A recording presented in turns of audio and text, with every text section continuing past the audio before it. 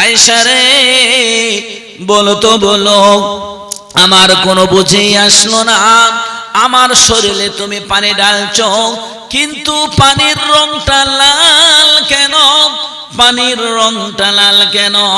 হযরত আয়েশা কিছুই বলছেন না, তিনি চুপচাপ হয়ে দাঁড়িয়ে আছেন। আল্লাহর নবী বলছেন, না না আয়েশা বলো তো বলো, কেন পানির রংটা লাল? রক্তের মতো বোঝা যাচ্ছে, পানির সঙ্গে মিশ্রিত হয়ে গেছে।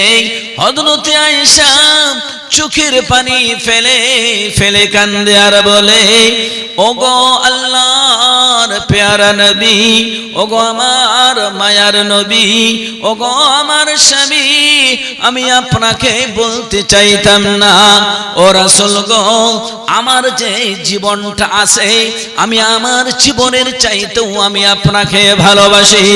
আল্লাহর হাবিব বলছেন, আয়েশা বলো বলো কি হয়েছে? রক্তের মতো লাল কোত্থেকে আসছে? হযরতে আয়েশার চোখে পানি। হযরতে আয়েশা কান্দে আর বলেন, ওগো রাসূল, ওগো আমার মায়ার নবী, যখন আপনার জন্য জলচকিটা নিয়ে আসলাম হাম্মাম খানায়, যখন আপনি আপনার চেহারা মোবারকখানা, যখন আপনি আপনার জামা ওয়াগায়রা খুলে যখন আপনি জলচকির উপর বসলেন, এমন সময় আপনি বসার আগে ওই জলচকিটার খুঁড়াটা যেন একটু ফাঁকা ছিল, আমার পায়ের বুড়া আঙ্গুলটা ওতে ঢুকে গিয়েছিল। আপনি বসার সঙ্গে সঙ্গে আপনার ওজনের জন্য আমার বুড়া আঙ্গুলটা ফেটে গেছে এবং ফেটে গিয়ে রক্ত প্রবাহিত হচ্ছে এবং ওই রক্তটা পানির সঙ্গে মিশ্রিত হয়ে যেন নালী দিয়ে বের হয়ে যায়। আল্লাহর পয়গম্বর মায়ার নবী বললেন, আয়েশা রে কেন তুমি আমাকে বললে না? হযরতে আয়েশা বলেন, ইয়া রাসূলুল্লাহ, ইয়া হাবিবাল্লাহ, আমার শরীর থেকে যদি সব রক্তগুলো যদি বের হয়ে যেত, তবুও একবারের মতো আমি বলতাম না। রক্ত বের হয়ে যদি আমি যদি জমিনে পড়েও যেতাম, আমার যদি মৃত্যু হয়ে যেত, তার কারণ হলো রাসূল গো, আমি বললে আপনার মনে বড় আঘাত লাগতো। ও রাসূল, যেহেতু আমি আপনাকে আমার জীবনের চাইতেও ভালোবাসি, এই জন্য কেমনে করে আমি বলবো ও রাসূল, এই জন্যই আমি বলি না। আল্লাহর হাবিব সাল্লাল্লাহু আলাইহি ওয়াসাল্লাম বলেন, আয়েশা রে তুমি কি আমাকে এত ভালোবাসো, এত ভালোবাসো? আল্লাহর হাবিবের সামনে হযরত আয়েশার চোখ দিয়ে ঝরঝর করে পানি পড়ে আর কান্দে বলেন, রাসূল গো, আপনি কি আমাকে ভালোবাসেন? আল্লাহর হাবিব বলেন, ও আয়েশা তুমি জানো না আমি যে তোমাকে কত বেশি ভালোবাসি।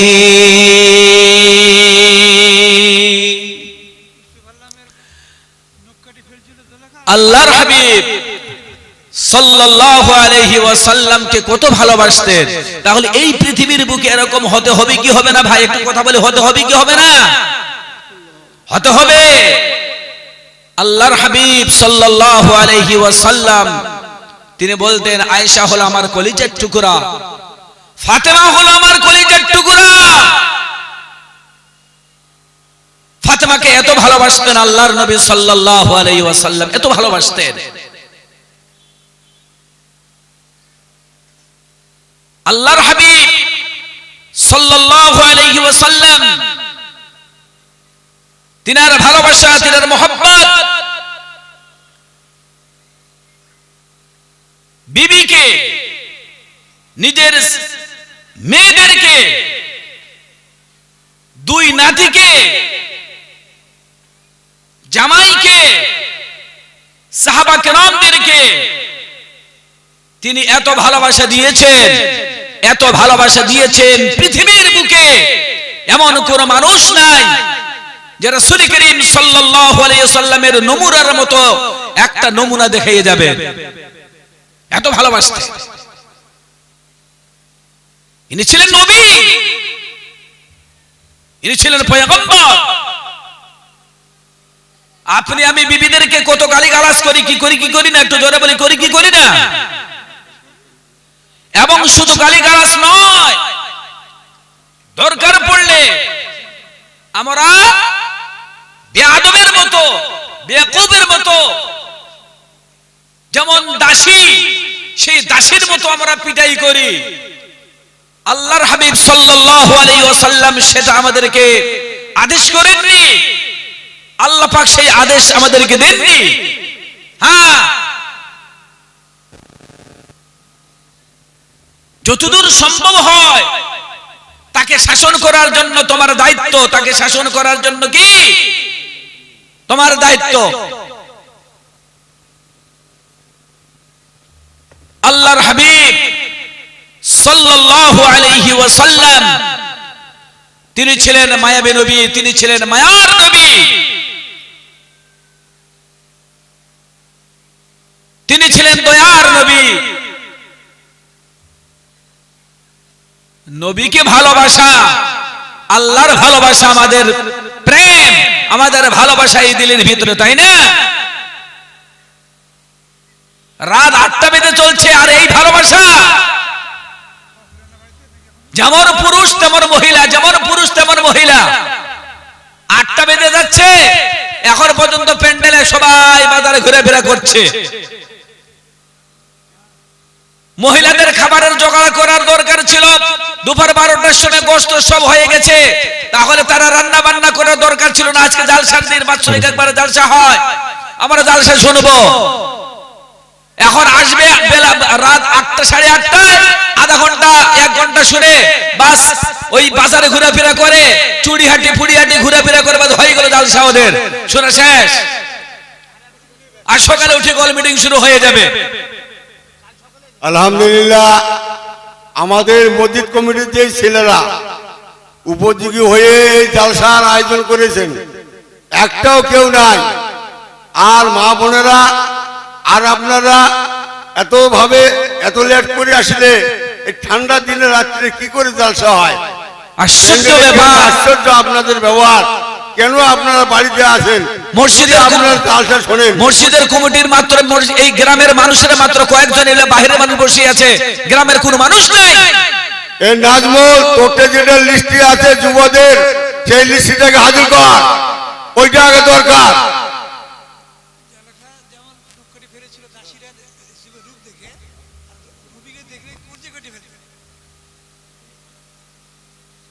ভাইরা আমার, সবাই খাওয়ার মধ্যে ব্যস্ত আছেন। জালসা শুনবেন কটার দিকে? গভীর রাত, শীতের রাত। আল্লাহ সুবহানাহু ওয়া তাআলা বলেন, হে ঈমানদারগণ, তোমরা ইত্তাকুল্লাহ, তোমরা আল্লাহকে ভয় করো, আল্লাহকে ভয় করো। এজন্য যে আল্লাহ রাব্বুল আলামিন বলেন যে তোমরা মুসলমান না হলে তোমরা কবরে আসবে না, মুসলমান না হয়ে তোমরা কবরে ওয়ালা তামুতুন্না ইল্লা ওয়া আনতুম মুসলিমুন, আগে মুসলমান হওয়ার মতো হও, তারপরে কবরে আসো। নইলে এমন পিটাইটা দিবে আপনি বুঝতে পারা যাবে, এমন পিটাই দিবে। সাহাবা কেরামগণ যখন মৃত্যুর কথা তিনাদের স্মরণ পড়তো, তাদের কপ্পপানি শুরু হয়ে যেত, তারা চোখের পানি ফেলতো, ঝরঝর করে পানি পড়তো। আশ্চর্য ব্যাপার, এতটুকু আপনাদের দিলের ভিতরে আল্লাহর ভয় ভীতি নাই।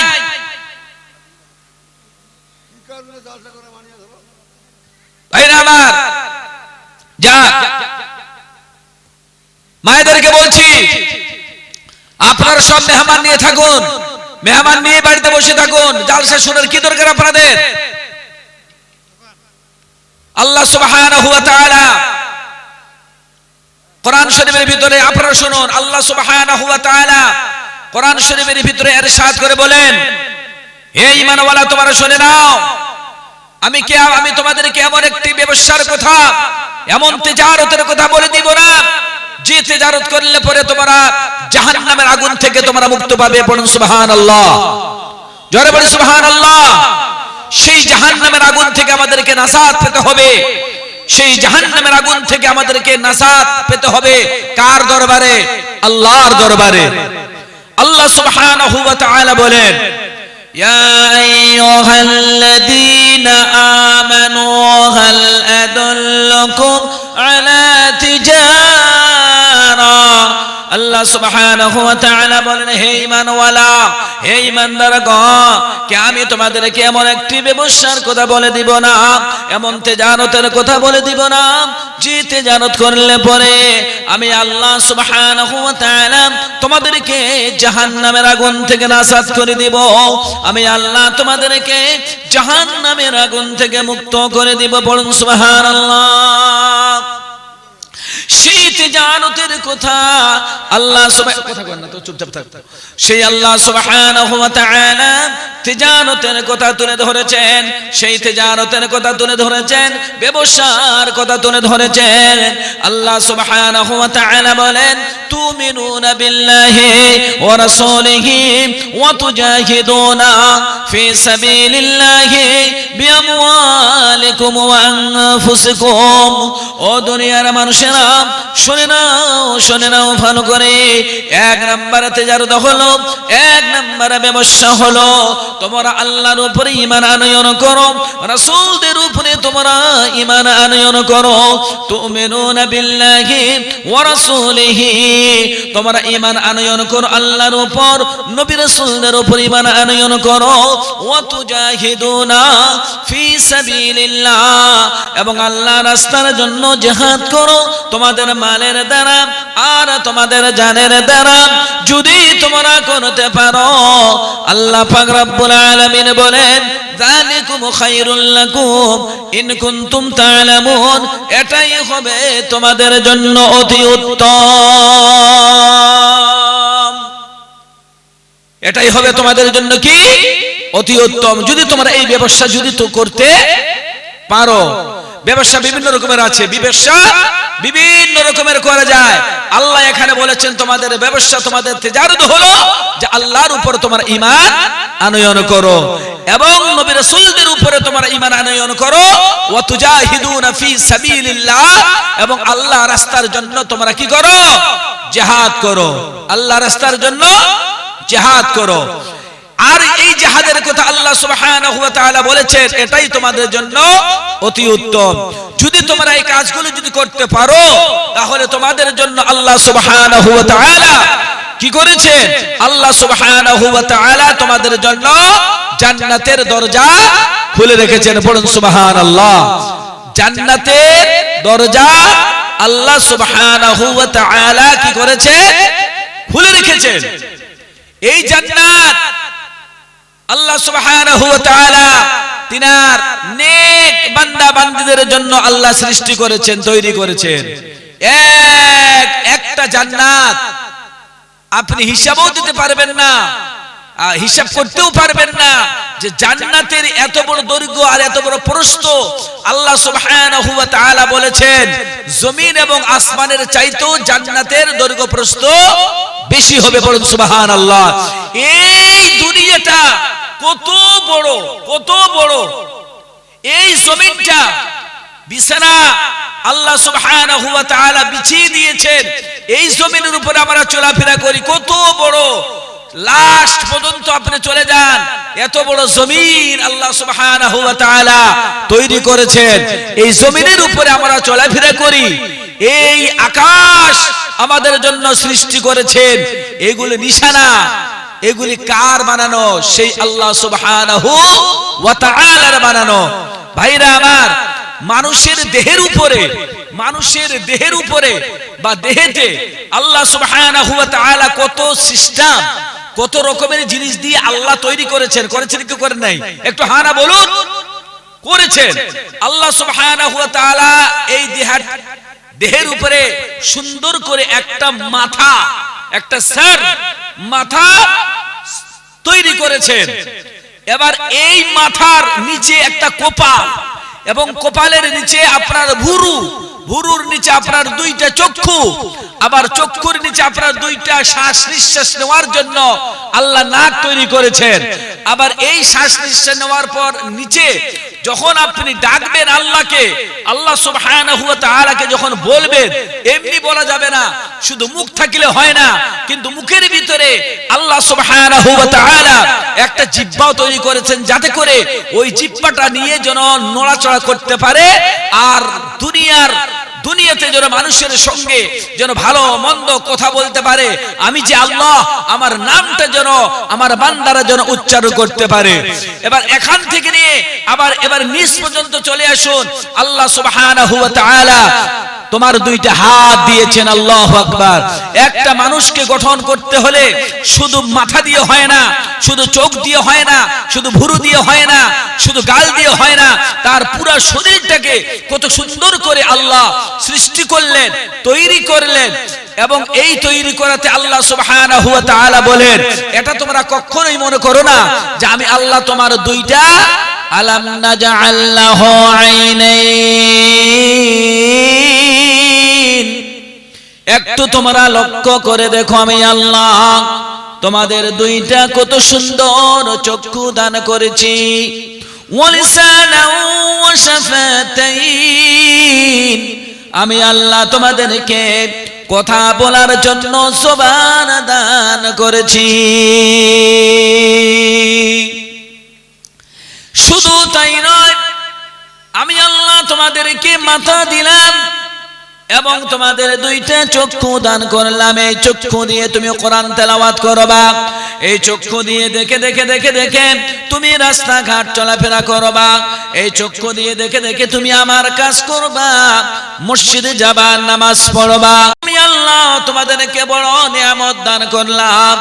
এরপর আমি আল্লাহ তোমাদেরকে কথা বলার জন্য আমি আল্লাহ তোমাদেরকে জবান দিলাম, মুখ দিলাম।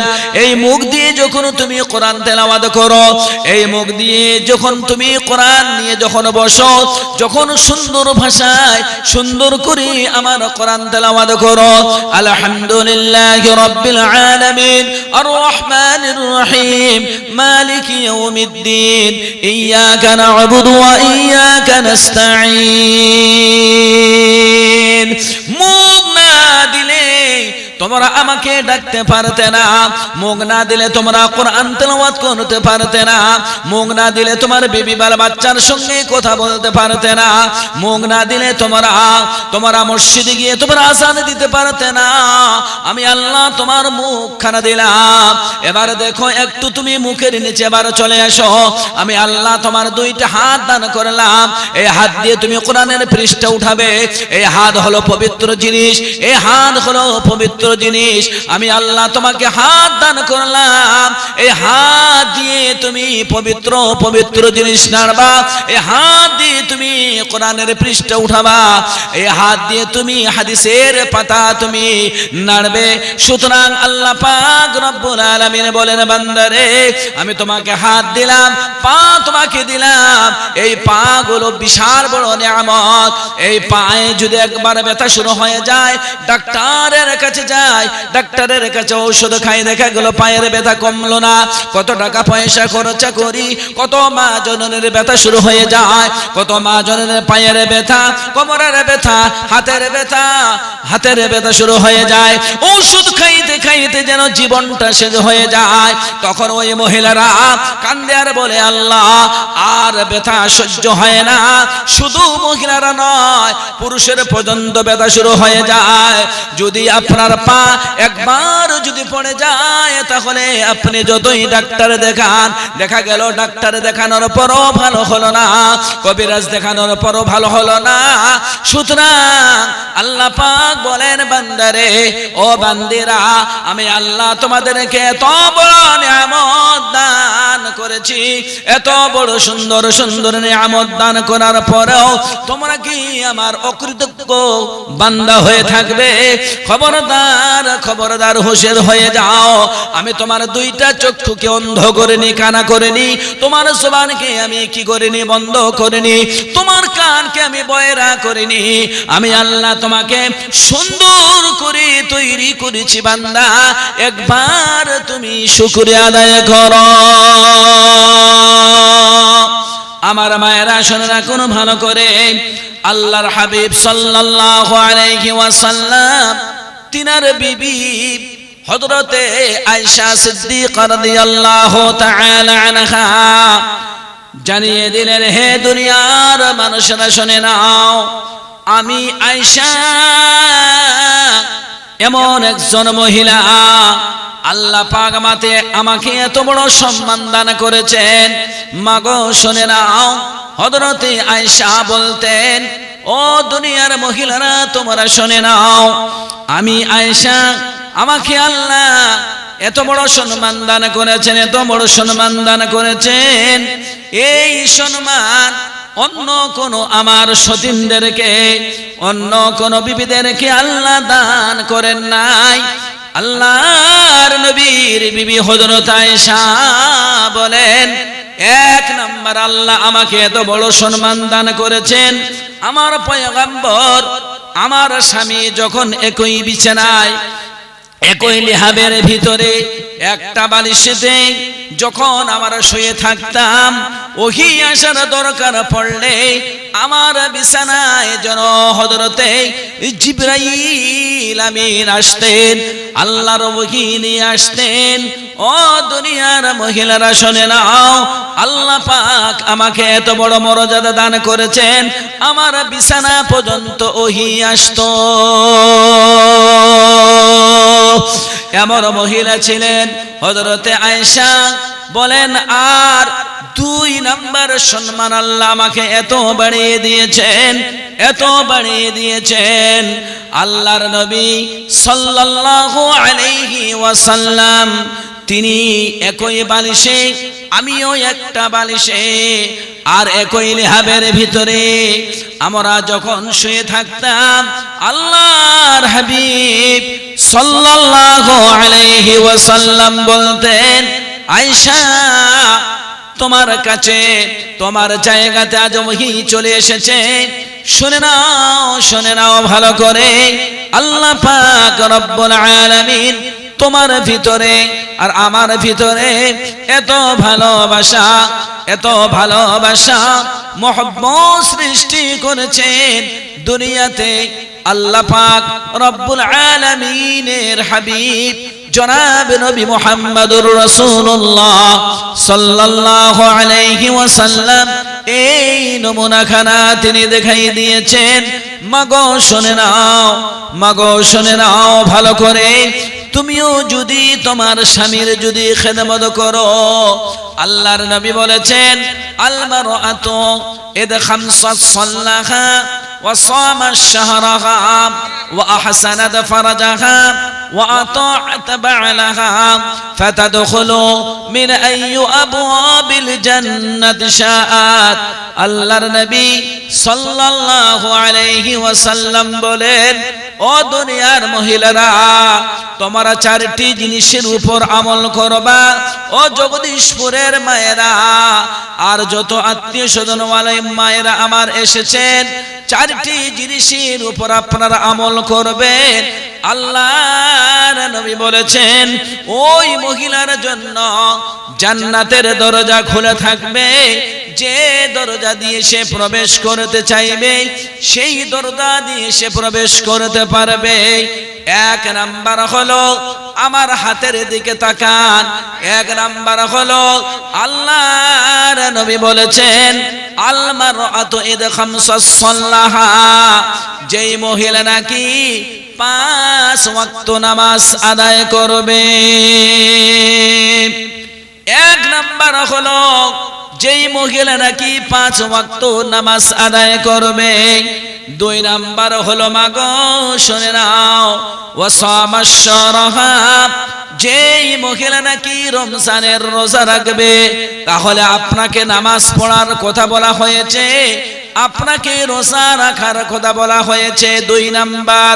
3 নাম্বার হলো ওয়া তাআত বালাহা, আপনি যদি আপনার স্বামীর খেদমত করার কথা বলা হয়েছে ওয়া তাআত বালাহা, এবং আরেকটা কথা বলা হয়েছে যে মহিলা নাকি তার শরমগাম পর পুরুষ থেকে হেফাজতে রাখবে, আল্লাহর নবী বলেছেন ফাতাদখুলু মিন আইয়ি আবওয়াবিল জান্নাতি শাআত, জান্নাতের 8টি দরজা আছে, ওই জান্নাতের 8টি দরজা দিয়ে যেই দরজা দিয়ে সে প্রবেশ করতে চাইবে সেই দরজা দিয়ে সে প্রবেশ করতে পারবে, যাওয়ার কোনো অসুবিধা হবে না।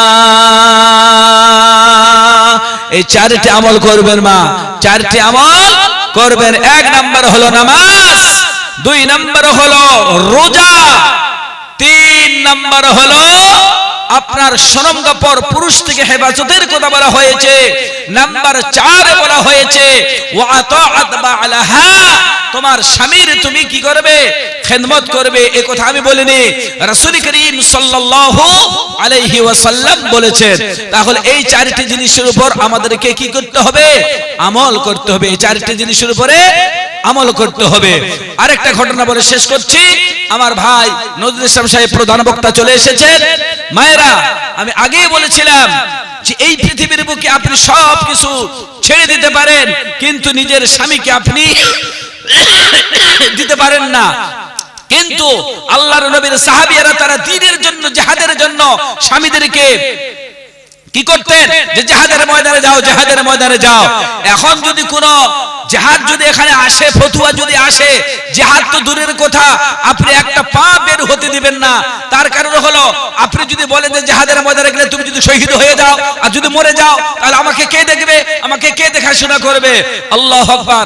আল্লাহর নবীর জামানার সাহাবারা, একজন হযরতে খানসা রাদিয়াল্লাহু তাআলা আনহা এমন একজন মহিলা ছিলেন যার বাবা গেছে, যার ভাই গেছে, যার ছেলে গেছে, একটা ছেলে নয়, 4টা ছেলে আল্লাহর রাস্তার জন্য তারা জিহাদ করেছে।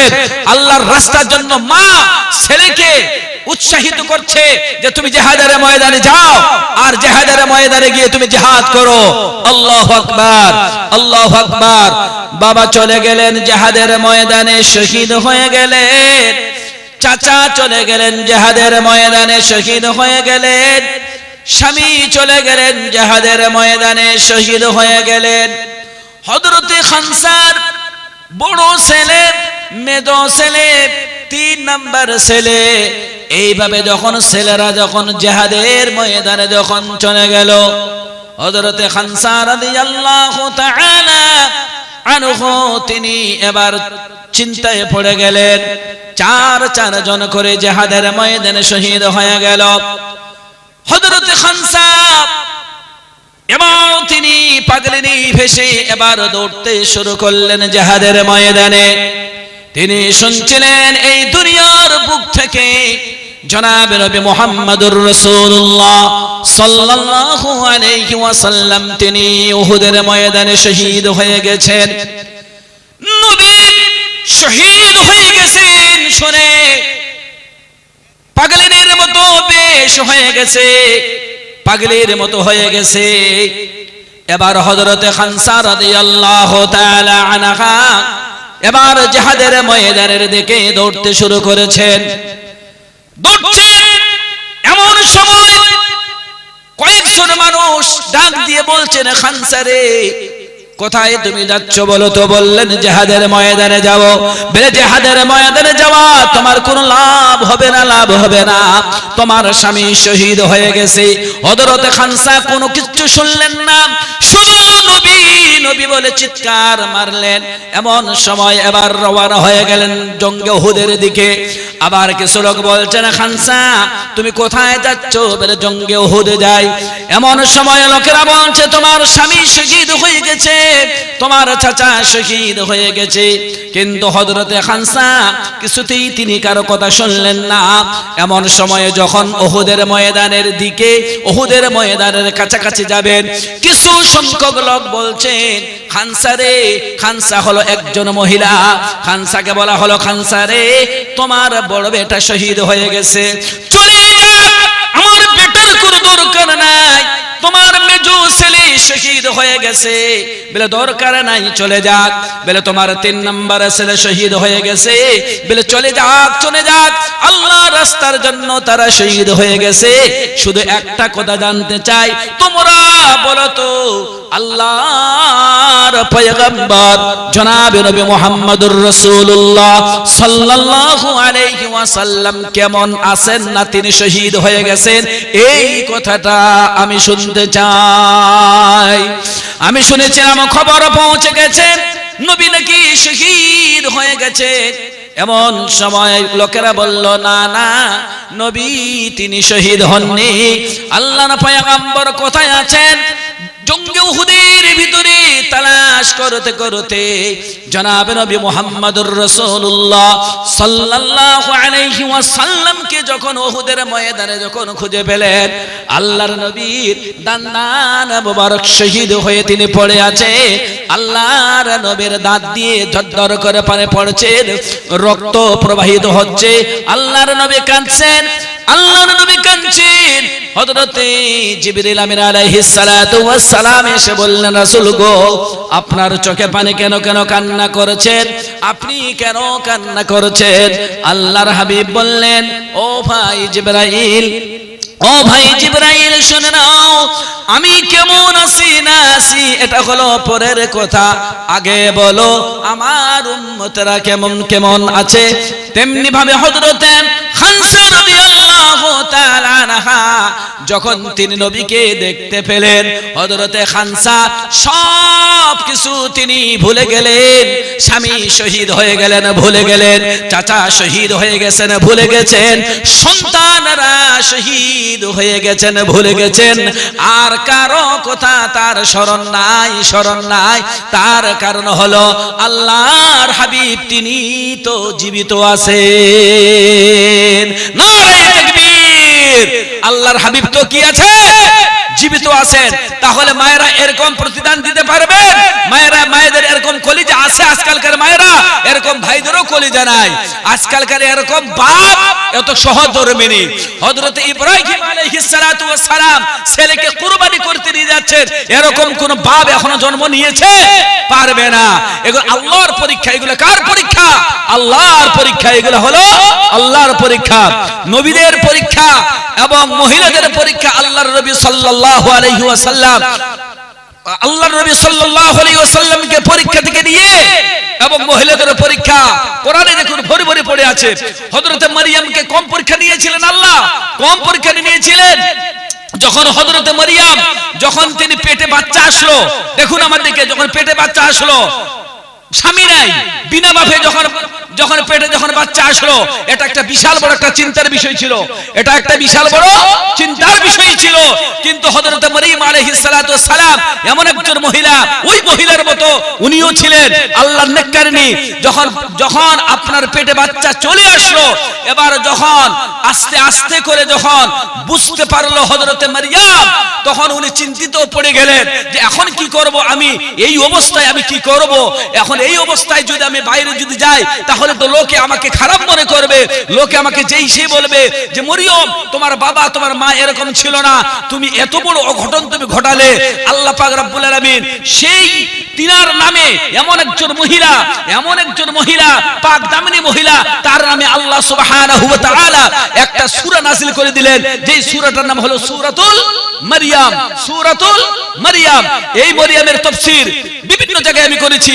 সুতরাং হযরত মারইয়াম আলাইহিস সালাতু ওয়াস সালাম ওই অবস্থায় যখন যাবেন, আল্লাহর কাছে বলছেন, আমি শর্টকাটে তাফসীরটা বলে যাচ্ছি, আল্লাহর কাছে বললেন, আল্লাহ আমি এখন এইভাবে কেমনে করে যাব? বলে কোনো চিন্তা নাই, কোনো চিন্তা করার কোনো তোমার কারণ নাই। যদি কেউ তোমাকে, যখন তুমি রওনা হবে, যখন তুমি যাবে, তখন এমন একটা জায়গাতে তুমি যাবে, তখন কোথায় যাবে? একটা খেজুর গাছের নিচে গিয়ে তুমি বসবে। কোরআনে তার ব্যাখ্যা আছে। তুমি খেজুর গাছ নিচে গিয়ে সেখানে বসবে। খেজুর গাছের নিচে গিয়ে যখন বসে পড়লেন, বসে পড়ার পর এবার পেটের বেদনা, অর্থাৎ বাচ্চা হওয়ার প্রসবের বেদনা তার শুরু হয়ে গেল। মায়েদের যেমন প্রসবের বেদনা শুরু হয়ে যায়, তেমনি করে তিনারও প্রসবের বেদনা শুরু হয়ে গেল। আল্লাহু আকবার, আল্লাহু আকবার। প্রসবের বেদনা শুরু হয়ে যাওয়ার পর আল্লাহ সুবহানাহু ওয়া তাআলা তাকে একটা ফুটফুট একটা বাচ্চা আল্লাহ দিলেন। পড়ুন সুবহানাল্লাহ। শর্টকারে বলছি, এবার এই যে বাচ্চাটা হলো, এই বাচ্চাকে এখন খাওয়াবেন কি? আল্লাহ বলছেন তুমি এবার অর্ডার করো, দেখো পাকা পাকা খেজুর তোমার সামনে এসে পড়বে। পাকা পাকা খেজুর আসলো, সামনে ছিল নহর, সামনে ছিল নদীর মতো ছোট্ট একটা নহর। ওই নহর থেকে একটু পানি উঠাও, তুমিও খাওয়া, তোমার বাচ্চাকেও একটু করে তুমি কি করো, মানে তুমি সেখান থেকে তুমি পান করো। এবার কি করলেন? এবার বাচ্চাটাকে নিয়ে তো যাবেন, এবার নিয়ে যাবেন, কিন্তু কোন শরমে এবার নিয়ে যাবেন? আল্লাহ পাক বললেন ফাশারাত ইলাইহি, ফাশারাত ইলাইহি, তুমি ইশারা করবে। তখন তারা বলল ক্বালু, তখন তারা বলল কাইফা নুকাল্লিমু মান কানা ফিল মাহদি সাবিয়্যা, এটা ছোট একটা বাচ্চা, একদিনের একটা বাচ্চা, কেসে তারা কথা বলবে? এটা কথা বলতে পারে না। যখন মরিয়মকে প্রশ্ন করা হয়েছিল, হে মরিয়ম এটা তোমার কোথা থেকে আসলো এরকম, তখন তুমি কারোর সঙ্গে কথা বলবে না, তুমি তখন ছেলেটার দিকে ইশারা করে দিবে, ফাশারাত ইলাইহি, তার দিকে ইশারা করে দিবে। তখন ওই সমস্ত লোকেরা বলল ক্বালু, ওই সমস্ত লোকেরা বলল মান কানা ফিল মাহদি সাবিয়্যা, কেমনে করে এই ছোট বাচ্চাটা, একদিন দুদিনের এই ছেলেটা কেমনে করে কথা বলবে? তখন কেমনে করে কথা বলবে? ওই ছেলেটাকে যখন প্রশ্ন করা হলো, জিজ্ঞাসা করা হলো, এই তুমি বলো তো তুমি কে, তুমি কে? একদিন দুদিনের ওই ছেলেটা তখন বলে উঠলো কল, তখন বলে উঠলো ইন্নী আব্দুল্লাহ, আমি আল্লাহর একজন বান্দা, আল্লাহর একজন বান্দা। আতানিয়াল কিতাব, আল্লাহ আমাকে বাসমান অবস্থায় আমাকে কি করেছেন? কিতাব দান করেছেন, কিতাব দান করেছেন। যা বিশাল বড় লম্বা ঘটনা। তো আমার কথার মতলব হলো এই যে আল্লাহ সুবহানাহু ওয়া তাআলা যেন আমাদেরকে যেন এই যে আমরা যেখানে বসেছি, স্টেজে বসেছি, নিশ্চয়ই এই জায়গাটার একটা দাম আছে কি নাই? একটা জায়গার দাম আছে কি নাই? এটার মূল্যবান এত দাম, এই দাম দিলেও আমরা পুরাতে পারবো না। তো আজকে যে আমাদের জালসাটা যে উদ্দেশ্য নিয়ে আমরা করেছি, সেটা উদ্দেশ্য হলো যে আমাদের মসজিদ সুন্দর তৈরি হয়েছে এবং এই মসজিদের অনেক ঋণও আছে এবং মসজিদের কাজও বাকি আছে। তো ইনশাআল্লাহ আমার এই গ্রাম উৎসাহ নিয়েছি সবাই মিলে যে আমরা মসজিদে জালসাও শুনবো এবং জালসা করার পর আমাদের মেহমানদারিও হবে, আমাদের বেটি এবং আমাদের জামাই সবাই আসবে। এখন আমরা জালসা শুনবো, জালসা শোনার পর আমাদের যার যতটুকু আমার জুটবে আমরা সবাই আমরা ইনশাআল্লাহ সহযোগিতা করব, ইনশাআল্লাহ সহযোগিতা করব, ইনশাআল্লাহ হাতটা তুলে দেখো আল্লাহ দরবারে, ইনশাআল্লাহ সবাই সহযোগিতা করব। আল্লাহ যেন সকলকেই যেন আমল করার বেশি বেশি করে তৌফিক দান করেন। ওয়া আখিরু দাওয়ানা আলহামদুলিল্লাহি রাব্বিল আলামিন। আসসালামু আলাইকুম ওয়া রাহমাতুল্লাহি ওয়া বারাকাতুহু।